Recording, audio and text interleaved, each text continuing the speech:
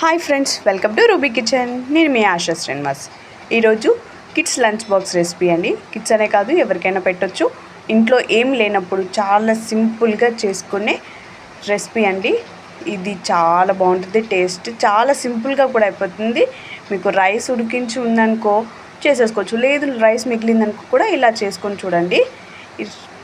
దీని ప్రాసెస్ ఎలాగో చూసేద్దాం రండి. ముందుగా ఆనియన్స్ని పొడవుగా కట్ చేసుకోవాలండి. తర్వాత పొటాటోని కొంచెం మీడియం సైజ్ ముక్కల్లో కట్ చేసుకొని పక్క పెట్టేయండి. తర్వాత టమాటోని కూడా పొడవుగా కట్ చేసుకోవాలి. కట్ చేసుకొని కూడా పక్కకు పెట్టేసుకొని మిర్చిని కూడా పొడవుగా మధ్యలో కట్ చేసి పక్క పెట్టండి. ముందుగా స్టవ్ ఆన్ చేసుకొని ప్యాన్ పెట్టుకొని అందులో కొంచెం ఆయిల్ ఎక్కువ పడుతుంది. మీరు ఆయిల్ బదులు నెయ్యి కూడా వాడచ్చు కొంచెం.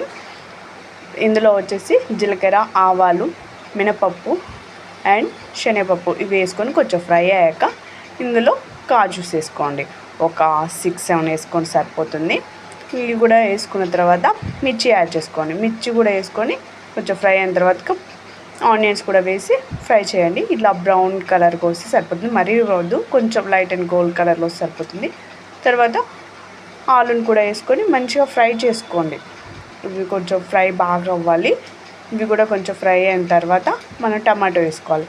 టమాటో వేసుకొని మూత పెట్టేసుకొని ఒక 2 minutes అలా మగ్గనివ్వండి. ఇలా మగ్గిన తర్వాత తీసేసుకొని పసుపు అండ్ అల్లం వెల్లుల్లి పేస్ట్ వేసి కలపండి. బాగా మిక్స్ చేయండి. ఆ స్మెల్ అంతా పోయేంత వరకు మిక్స్ చేయండి. బాగా మిక్స్ చేయండి, ఆ పచ్చివాసన పోవాలి. అలాగే టమాటోస్ని నేను చూపిస్తున్నట్టుగా ఇలా స్మాష్ చేయండి. ఇలా స్మాష్ చేసేదంటే మంచిగా ముద్దగా అయిపోయి ఇట్లా థిక్గా మంచిగా దగ్గరగా అవుతుంది. ఇప్పుడు ఇందులో వచ్చేసి మన స్పైసెస్ తగ్గట్టుగా కారం, మీరు ఎంత స్పైసీ కావాలనుకో కొంచెం స్పైసీ యాడ్ చేసుకొని, లేదంటే కొంచెం సరిపోతుంది. ఎక్కువ ఇంగ్రీడియంట్ అవసరం లేదండి, చాలా సింపుల్గా అయిపోతుంది. జస్ట్ కారం, సాల్ట్, ధనియా పౌడర్ ఆర్ గరం మసాలా వేసుకొని కలుపుకున్న తర్వాతకి వాటర్ పోయండి. కొన్ని వాటర్ పోసి మూత పెట్టేసి ఒక 2 to 3 minutes అలా మూత పెట్టేయండి. తర్వాత మూత తీసి కలిపేసుకొని కొంచెం పుదీనా, కొత్తిమీర వేసుకోండి. నా దగ్గర కొత్తిమీర లేదు, పుదీనా ఒకటి వేసుకుంటున్నాను. అలాగే ఈ స్టేజ్లో కరివేపాకు కూడా వేసుకోండి. కరివేపాకు నా దగ్గర లేదు, అది కూడా వేసుకోండి.